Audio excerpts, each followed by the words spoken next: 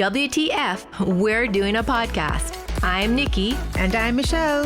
This is 50. Welcome to What the 50. Join us on our continued journey to simplify our lives. We will seek the answers from the experts and offer tips, tools, and techniques to live your life with confidence and joy. Are we ready? Let's go. Hi, Drino. Hi, Mich. How are you? Good. I'm really good. Welcome to WTF. Thank you. Thank you so much. Notice our promoter, our pink tops. Well done. Yeah. And I'm Niki. So today we are here with Andrena, who's a friend of Michelle's who lives in Canada. Mm-hmm. But we wanted to have you on because of Cancer Month. Mm-hmm. It's a very special month. Yeah. So Andrena is a 44-year-old mother and wife, 2 children. And 3 years ago, she was diagnosed with breast cancer at age 41. Mm-hmm. Today, she's a survivor. Mm-hmm. Yay! And she is an advocate of self-examinations as a complement to mammograms. She's a big advocate of naturopathy and a holistic lifestyle. So let's get talking about what your life is like after cancer. So before we get into that, Oh, yes. just a little backstory. I've known Andrena for years. Our boys went to prep school together. In fact, they started in kindergarten, right, Andrena? Oh, They nice. started in kindergarten, and it was Andrena and I became friends, I think, through our children. Yep. But this Andrena does not know. I always admired you because your relationship with your sister reminded me of my relationship with my sister Gail that passed. Yeah. She has a sister, Lucretia, and they're like super, super, super, super close. Really? Yes. And it was a joy to see both of you every morning coming into school. You had your children, Lucretia had her children, and I could tell just from the energy that you guys had a fantastic relationship, and you actually did. You actually do. Yeah, we do. So, from a distance, as admiring both of you, and then eventually we became friends. And of course, I mean, our boys are friends, and my heart was literally broken when you had to move to Canada. I mean, I was happy for you, but literally my heart was broken when you had to move to Canada. But here we are, right? Thank God for technology. Yes. And here we are. So you have an amazing story to share with us. Breast cancer to today, 3 years later. And you can tell us a little bit about how it has been for you, going through that journey. And of course, we want to focus today on life after diagnosis. Yeah. Tell us about that. Just a little bit about backstory. So moved to Canada in 2016, and November 2018, I was diagnosed with cancer. I had found a lump in my breast. Quite, I don't know, accidentally. I think it's divine intervention. Mm-hmm. So I found the lump on November 3rd, 2018 in the shower. Just, I kind of fuzzy for me, but I found this lump. And several, I would say, pieces of diagnosis later. So different, they do different levels of diagnosis. At first, the doctor does their physical, and then they send you for ultrasound and mammogram and all that stuff. So after the biopsy confirmed that it was cancer, a week later, I had a lumpectomy. So that was November 29th, 2018. I would have had surgery to remove the tumor from my left breast. It was a stage 2 because of the size. It had not yet metastasized, thankfully. Thank God, yes, of course. So considered to be early stage breast cancer. No noticeable spread anywhere, not to lymph nodes or anything. And so, so from that date, I would say my life just essentially was changed.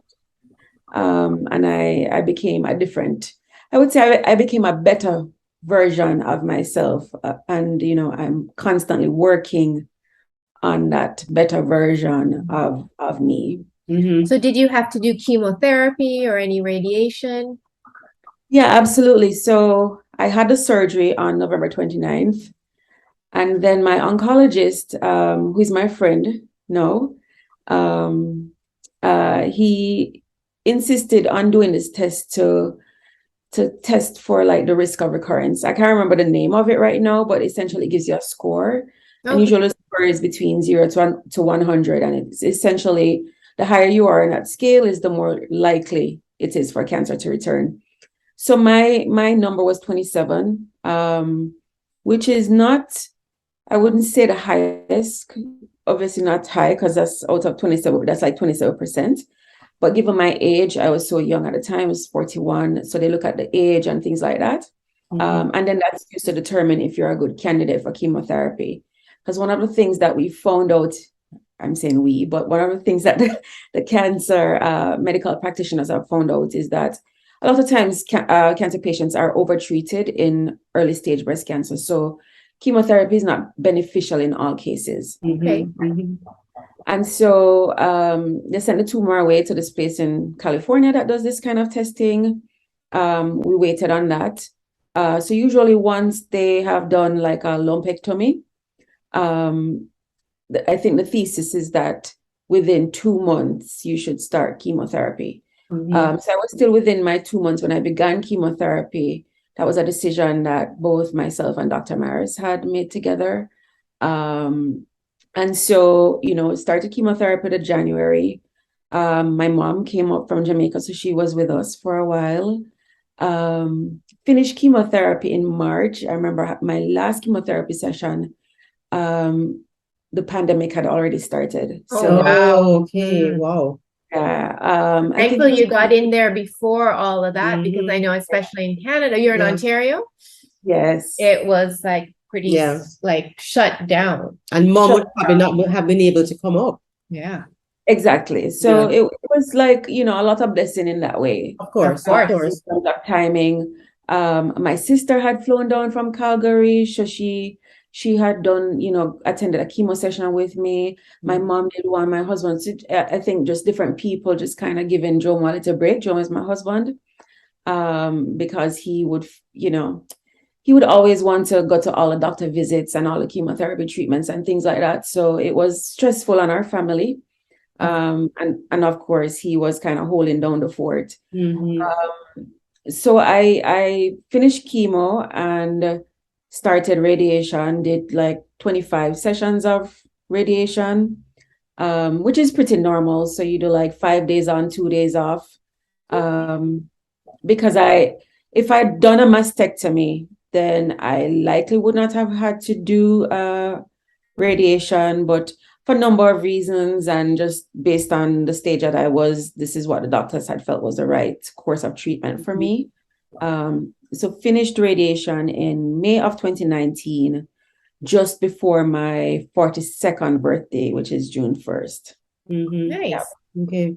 So how was the process for you going through chemo and radiation? How did you feel physically? Here's the thing, it's kind of crazy, right? So I think during cancer was the most rest I'd gotten. Yeah. Oh, wow. In a really, really long time. And so I physically and mentally, I was a lot better than I'd ever been. Wow. Love that. Wow. And a lot of things had happened where I was carrying a lot of emotional baggage. Okay. And I think that, I remember like on the day I received the diagnosis, and I've shared the story before, so I don't want to like take the time up with this, but I remember walking home and the rain came down and I ran into a store and I just like had an epiphany that you may know Indigo if you guys come to Canada. It's like a favorite store of mine. I was sitting in Indigo, surrounded by books. And I had an epiphany that I would not be able to carry cancer and the baggage I was carrying and unable to let go of, which I was working really hard. Like I was aware that I needed to just, give myself some grace, which I was doing for multiple reasons. I was punishing myself carrying a lot of guilt about the children, uprooting them, their lives and stuff like Right. that. So I'd let that go. Like in that moment, I just decided I was going to leave it, I was just going to let that go. And I did. And, so during cancer, I had so much peace. I was sleeping, which I never was before. It was taxing. It was very taxing. It was like, especially like the week after chemo. If I had like my chemo treatments on Monday, the Thursday, like clockwork, I would end up in the emergency room. I would always get like really high fevers. Lord. I had like an allergic reaction, so I'd have to be.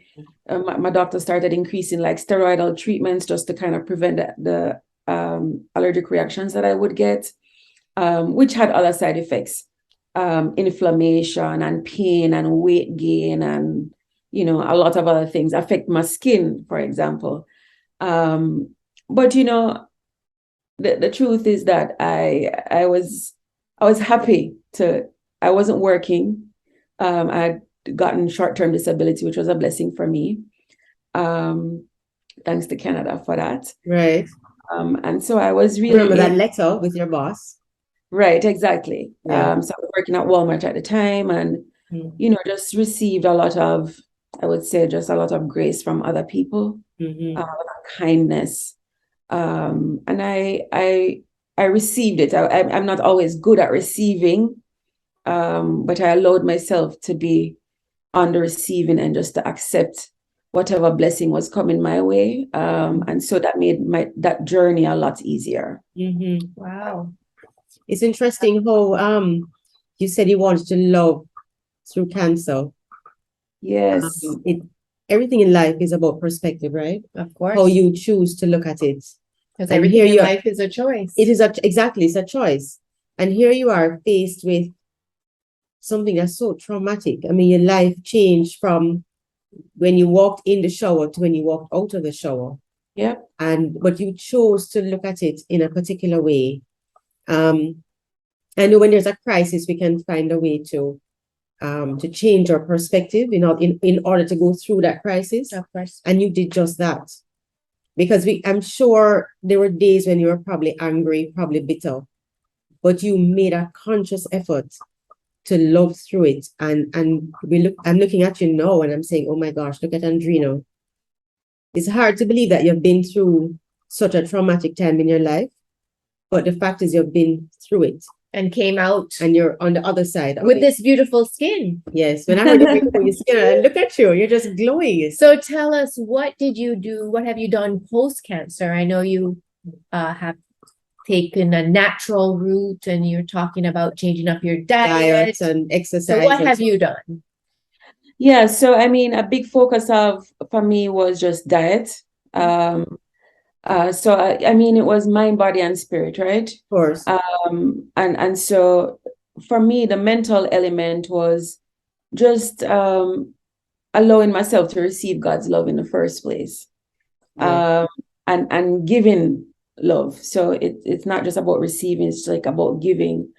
But I was always a giver and not always good at receiving, and so that was the work that I had to do, was to allow myself to be on, to know that it's okay to Receive not it. always have something to give, but Yes. to Wow. Yes. so I was very open about my journey, and I found that my community really rallied around me as a result of that.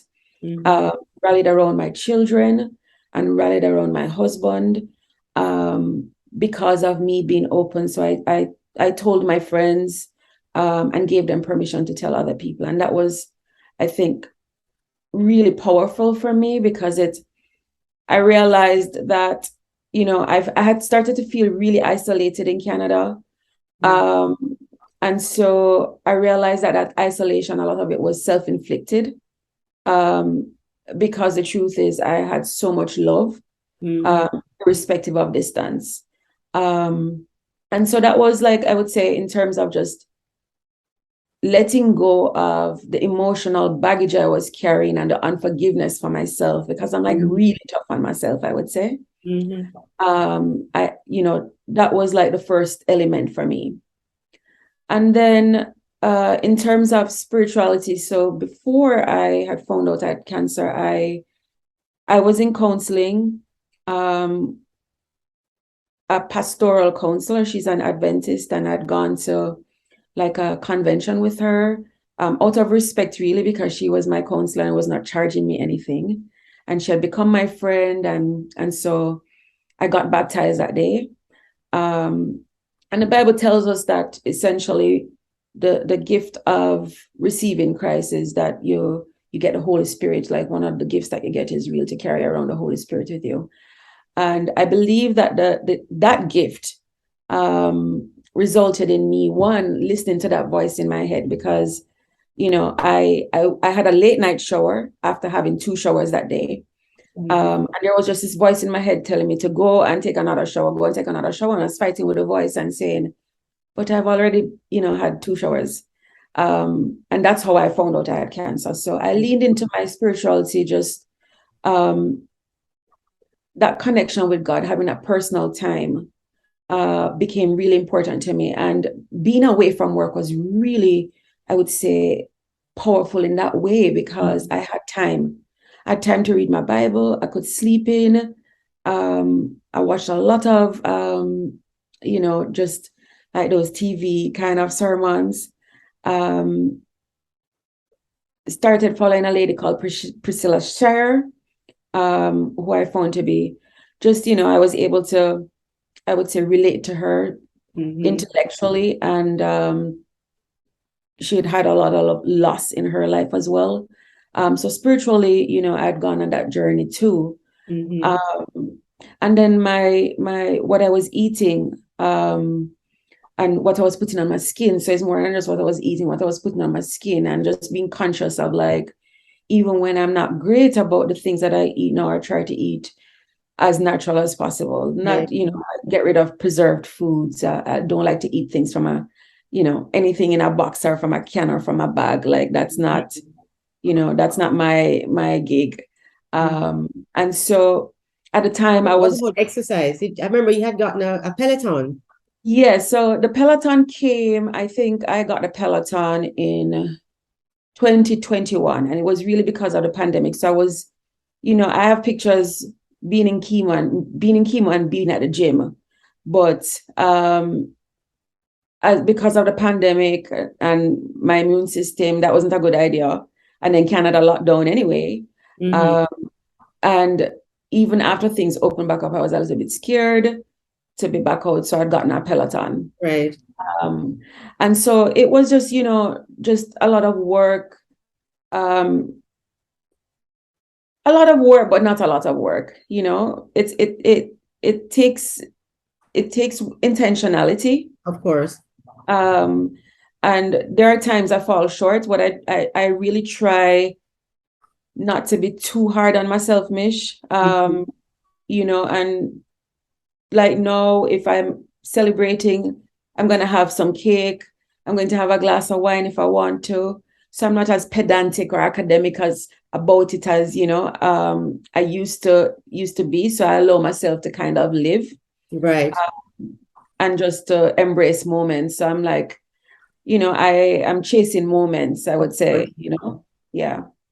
I was listening to a cancer survivor a couple of weeks ago, and she says that she discovered the difference between being alive and feeling alive. Yes. And when you say you're going to have that glass of wine or that slice of cake or whatever it is, it's important for us to feel alive. Yeah. You know what I mean? And that's where the intentionality comes in, because we do what we have to do to feel alive.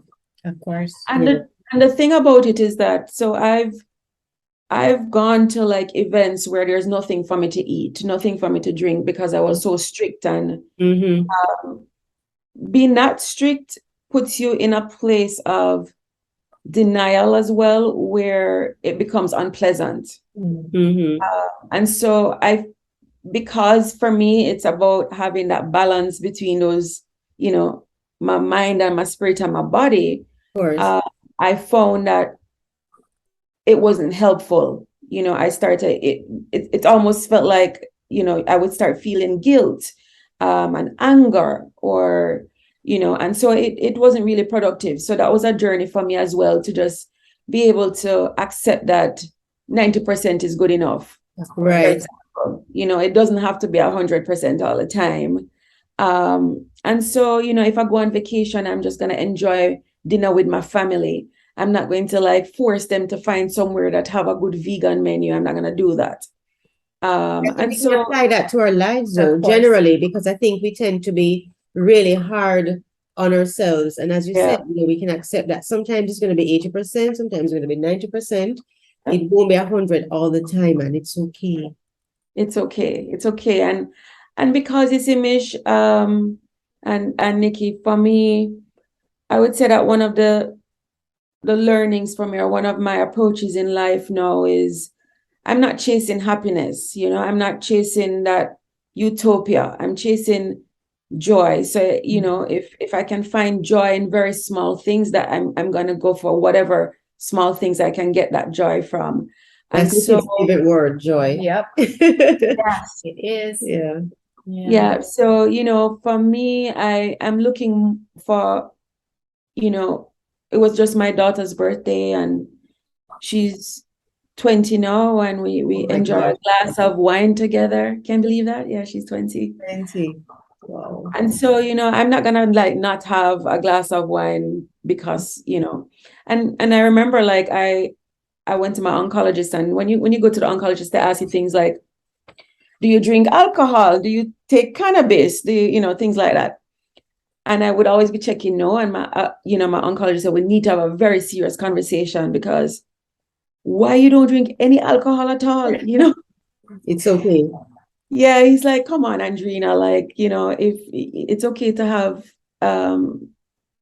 a glass Get it of in wine. moderation. Just Here and there. yeah, Balance. and the balance. Yeah. Yeah. So, that was good for me. Mhm. What I always say to people these days is of cancer, because as soon as somebody hears the word cancer, Mhm. they automatically think it's a A death death sentence. sentence. Yeah. But it's, cancer today, I like to think of it more as a chronic illness that, you just have to. But the good thing is, though, statistics tell us that every single year you have more and more and Right. more survivors. So thankfully, with technology, with Of course. advancement, things are happening. But I just love your outlook, Andrena. Thanks, Mish. We talked a little bit about choice and how we choose to view things and our perspective, and you chose to have a positive outlook. And I can't imagine some days were just really horrible, but you chose to go through it and just trample on this thing called cancer. Yeah. You chose not to roll over. Yeah, I mean, I had my moments where I felt, defeated. Actually, I would say after cancer, like I pushed through that like a real soldier, like the treatment piece of it. What I wasn't prepared for was the aftershock. Yes. I had a lot of pain, and then I had to do an hysterectomy because of the drugs I'm taking. And I've had like 3 minor surgeries since cancer, And don't forget, this was all during the pandemic too. So you I mean, had even those so. issues on top Mhm. of it, where you had to be doing these things probably on your own because the hospitals were locked down. Yep, no That visits. added another layer to your But I've also journey. read where patients have said that going through chemo or radiation, they have the support of the medical practitioners, right? They ring that bell, and then they're told to come back in 6 months, or 3 months or 6 months for a follow-up visit. And they feel so isolated at that point because they no longer have that constant contact. okay. Chemo is over, radiation is over, and you ring the bell and you're happy. But then what? That's another thing to think of. I'm sure maybe did you go through that as well? Now that you're saying it, Michelle, I think you've really hit the nail on the head. Like, so it's done, you're going back to work. life goes back to normal, but you're not normal. You're not the same person. Right. Exactly. You're still healing as well. You've been really battered. You've been through battle, and so yeah, I think definitely that there's a lot of wisdom in that, and I think because here's the thing, we're so grateful that we made it on the other side. Right. Of course. That I think the challenge in my community is that we don't want to talk about the other things that come up because it almost seems like you're being ungrateful. It pales in comparison. Right. And so people don't talk about it a lot, but I do have quite a few friends that I've acquired in this community. And I would say that all of us have different challenges, some similar, some different, but it doesn't end when chemotherapy and radiation ends. Exactly. And that's I would say that was where I struggled, where I just thought that I was going to go back to my regular life. I thought my hair was going to grow back and my skin was going to come, and it took a very long time. And so you don't feel like yourself some days. And I think, the way I've dealt with that is just trying to remind myself of the things that I have to be grateful for. Of course, giving thanks. Yeah, just giving thanks and just like I said, so for me, I'm an A-type personality. I plan everything, and I've been doing that a lot less. Some things are just not within our control, and I just let go and let God with certain things now. I'm a work in progress for sure, because it's a characteristic and it's a trait. Right. So yes. And so I try to just surrender, a lot more. So that's my goal, and I'm constantly working on it. And when I lose it, I apologize frequently, and my husband is very patient, so that has been helpful for me. How did Jomo respond? I mean, I know the children would have had his support, but who was supporting Jomo? Yeah, so because that's something that sometimes we tend to forget about, the caregivers, the spouses. Of course. You know what I mean? How did he manage? So remember, I had mentioned to you that I was pretty open about my diagnosis. It was really because of Jomo why I was. I'd noticed that he's an introvert, naturally doesn't speak a lot, but I'd noticed that I could see the stress on him. And so I know also that my husband is not the kind of person who's going to pick up the phone and call his friend and say, Andrena has cancer or what. He's not going to do that. It's just not him. And so I did that. Okay. I reached out to his friends. And that's how, I really started realizing that the more, I don't know, you just, if you open yourself to receiving love, there's a lot of love to get. Yes. I love that. And I think that's the perfect way to end our conversation, just being open to receive love. And that's what brought you through this whole Absolutely. Absolutely. Amazing. When I look at you and I'm saying, oh my gosh, you're just glowing. And 3 years ago, it was so different. Yeah, but absolutely. Yeah. Well, enjoy your October in Ontario. I hear the colors on the trees are amazing this year. I love to see them. The orange and the yellow. Fall is my favorite time of year. I grew up in Ontario. I grew up in Mississauga. So I think I heard one of your podcasts. Yeah. Great seeing you, my friend. Yes, all right, thank you so much for giving us your time. You're very welcome. Thank you for having me. Okay. Thanks for tuning in to this episode of What the 50. Please show your love and encouragement by sharing, subscribing, and leaving a review wherever you're listening. And don't forget to like and follow us on Instagram, and please join our active Facebook group at what.the50.